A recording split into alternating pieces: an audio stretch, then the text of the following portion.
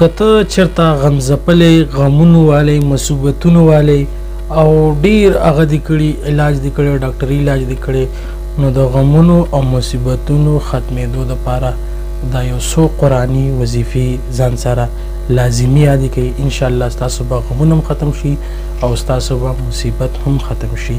نو کو لږ شان ټیم د سره دې بیان ته لازمي ورکړئ. راځئ چې دا بیان موږ په شریکه باندې ټول واورو.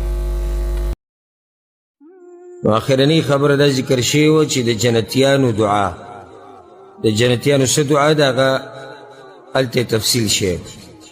د هغې نه بعد وایي چې د مصایبو یعنی د مصیبتونو او مشکلاتو نه د نجات حاصلولو دپاره دعا، د مصیبتونو نه او د غمونو نه د وتو دپاره دعا. په بل تعبیر سره داسې ووایه په یو چا باندې غم دی، په یو چا باندې سخته ده، په یو چا باندې مصیبت دی او هغه د دې مصیبت نه وته غواړي او نجات غواړي، د هغې دپاره دعا یا ذکر چې دا قرآن کې ښوی شوی دی، الله رب العزت ښولی دی. دا خبره یاده کوي، بار بار زه دا خبره کومه او بیا به بیانوو چې دا خبره زمونږ ذهن ته صحیح پریوزي چې دا دنیا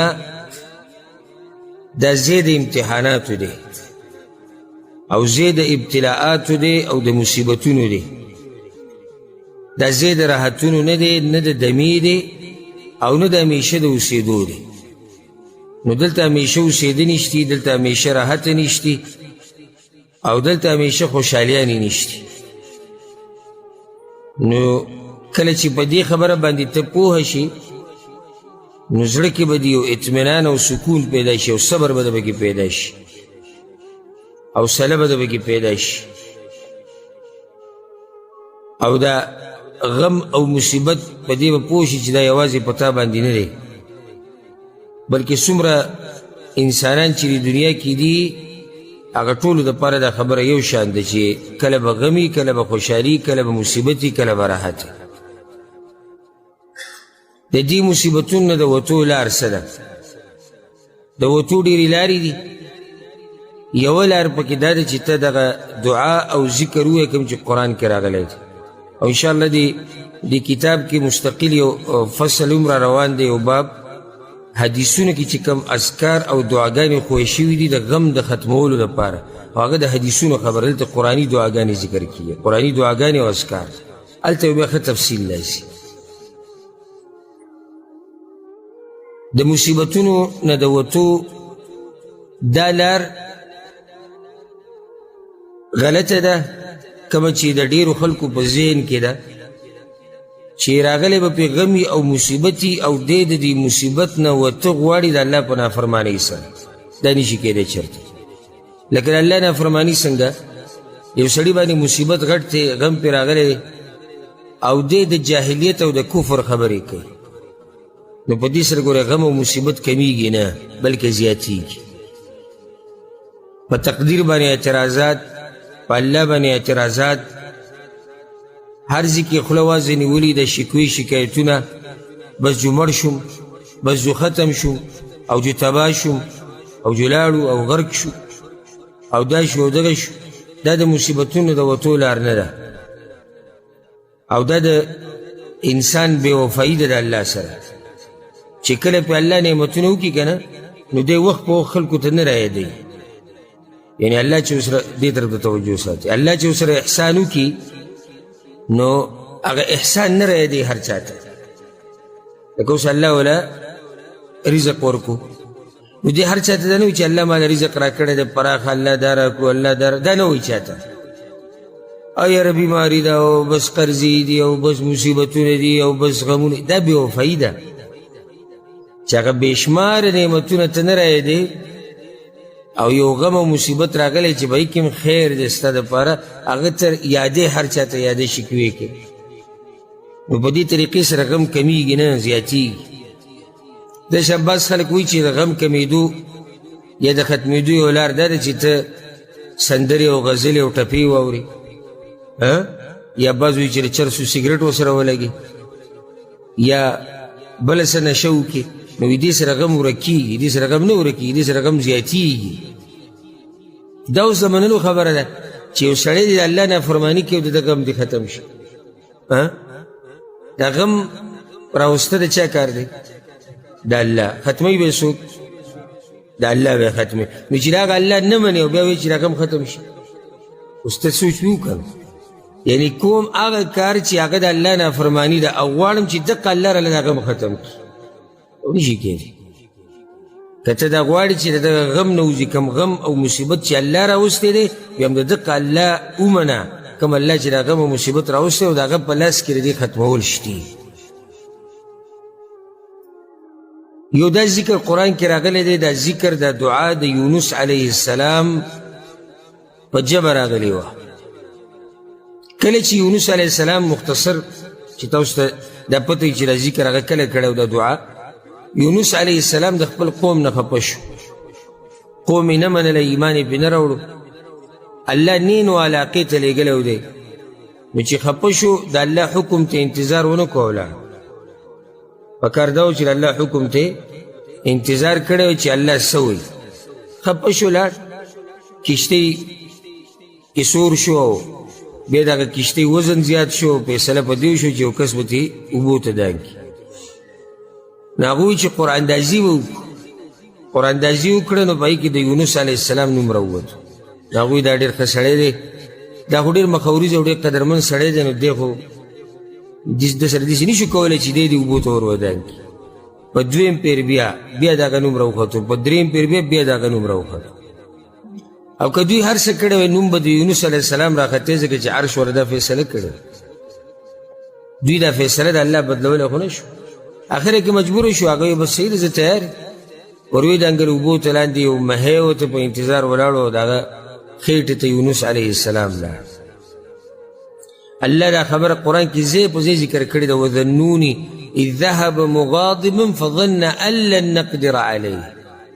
وی د هغه په ګمان کې دا خبره نه وه راغلې چې زه به په ده باندې تنګسیا راولم. یعنی یونس علیه السلام په زړه کې دا خبره نه وه راغلې چې دا ما چې کوم کار وکړو د الله حکم ته مې انتظار ونه کړو، کیدای شي دې دلاسه الله په ما باندې دا خبره راتنګه کړي. دا د هغه په ذهن کې نه وه راغلې او د مهي خېټې ته ورغی. هغه ځای کې الله وی فنادا فی الظلمات. نو د هغه تیرو نه د مهي د خېټې نه هغه اواز وکړو الله ته. د مهي د خېټې تیاره، بیا د اوبو تیاره، بیا د وریځو تیاره، د شپې تیاره، او په دې دومره تیرو کې هغه رب العالمین ته اواز وکړو. ما ته لږ ساعت مخکې وکړه چې مصیبتونه وتو لار دا ده چې ته د هغه چا سره رابطه مضبوطه کړي چا چې مصیبت راوستی دی.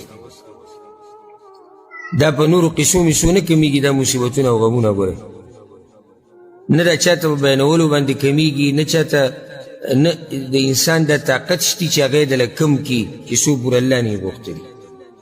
او که یو کس تا سره څوک منډه به ووایي که نه، نو دا هم یو سبب دی چې الله ګرځولی دی ستا دپاره.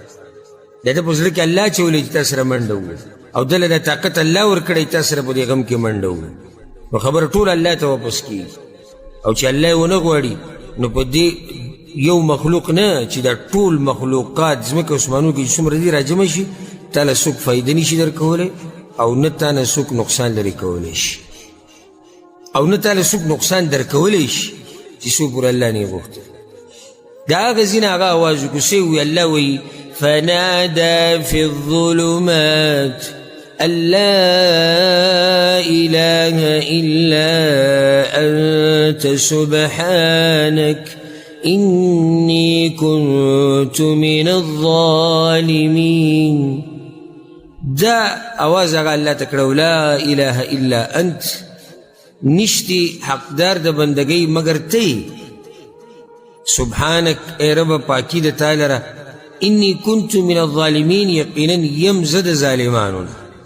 د خپلې خبرې اقرار یې وکړو چې ما له صبر پکار و،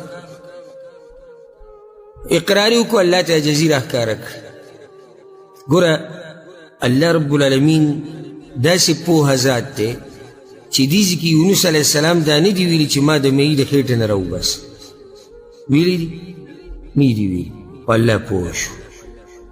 تا الله ته خپل غم او فریاد کوه الله به پوهېږي تا الله یادوه الله ته پته ده چې ستا په زړه کې څه حاجتونه دي که ته د حاجت بیان هم نه کړې الله ته پته الله ته ستا د دې تفصیل ضرورت هم نشته چې ته ورته دا ووایې چې یا الله ما ته دا مسله ده ما ته دا نه نه د سره تفصیل مه بیانوه ته الله یادوه الله ته پته چې ستا په زړه کې څه دي او الله ته پته ده چې ستا کم غم او مصیبت دی الله څه وایي هغه ایتونو کې مخکې فاستجبنا له ونجيناه من الغم وكذلك ننجي المؤمنين الله من واوري خبر دا ونجيناه من الغم كم غم كي جبروت دا غينا مرويستو الله وكذلك ننجي المؤمنين دقشنا الله من مؤمنان دا غمون مرو بس دا ذكر كم دا لا اله الا انت سبحانك اني كنت من الظالمين ادينا زمو دا خلق ندي خبر اكثر خلق دا دينا ندي خبر او حدیث کی دا رضی ان شاء الله دی کتاب کے برای مشی آگا حدیث پیغمبر صلی اللہ علیہ وسلم وی چې دا چا یو حاجتی او دا ذکر پکی اوئی او دا اللہ نے اغواری یا مصیبتی یا غمی او دا غواری چې اللہ لری کی او دا ذکر پکی اوئی رب العالمین دا دا غم ختمی دا مصیبت لری کی دا حاجت پورا کی يوازي سرب دا لا إله إلا أنت سبحانك إني كنت من الظالمين ندسي ودومخا دعاء دا چه وسرعي چه ما تياديگي كتسرف داوه دا مصيبت بوخك لا إله إلا أنت سبحانك إني كنت من الظالمين بس دا كافي الله تپتر جستا كم مصيبت او تسوي الغواري الله تا سرف دقا پرياد وتكو لا إله إلا أنت سبحانك إني كنت من الظالمين او دا پا آغا وقت کی یونس علیہ السلام ویلی ہو چی دا یعنی دوتو سا امید ظاہری چی حالاتو تو گوری سا امید ہونا دا مئی خیرٹ تے اسرائیل آرشی بلی کی پاتی سشو امید دا غتر لے شوی دا اللہ سر او دا سی رب سر رابطو ساتلا چی اغا ہر قسم لار پیدا کولی شی ستا دا بچ کولو دا پارا گورنو موسیٰ علیہ السلام لے لار پا دریاب کی ویستا ویستی ہو کہ نو ویستا غلا لار والا ویستا او گورنو دا موسیٰ علیہ السلام پا غا سندق کی سنگی حفاظت کرن او گورنو ابراہیم علیہ السلام لے گرم مور یخ کرو پیغمبر صلی اللہ علیہ وسلم پا غار کے سنگ ساتھ او بیدی سے راجہ نو کم رب چې دا کارونه کولی شي نو ستا د معمولي مصیبت او غم لرې کول هغه ته څه ګران خو نه دي خو مسله ما او تا کېده که ما او تا خو ګیلې شروع کړو بعض پکې ولیاذ بالله د الله نه ګیلې شروع کړي ولیاذ بالله دا خبرې په خوله هم نه راځي خو دا خلک یې وایي الله موږ لیدلي او بس ګوټې ګوټې ژوند دی او سپک ژوند دی مړه دا څه ژوند دی دا څه ژوند دی دا څه خبره شو صرف دی دلاسه چی 2 روپی کمی دی صرف دی دلاسه چی یو ٹیم روٹی کم شوی صرف دی دلاسه چی یو دڑ پر آگلے دا معمولی تکلیف پر آگلے نن میں یو کس یو معشوم آگلی دو پا دا انٹرنیٹ کی چی اوڑی که معشوم ہو دا یوخ پہ دوم رو چی دا یو کس دا غٹ سڑی دا اوچتولو ناو دا غٹ اخپو تا پرتو آگا جڑل اوڑی که معشوم او دا باز بچی معمولی رزق کی سکمی راشی مڑاوی بس غوٹی جوندے کمی یو زیادی یو سادہ و کتب رکی شکر دا اللہ نا ادا کی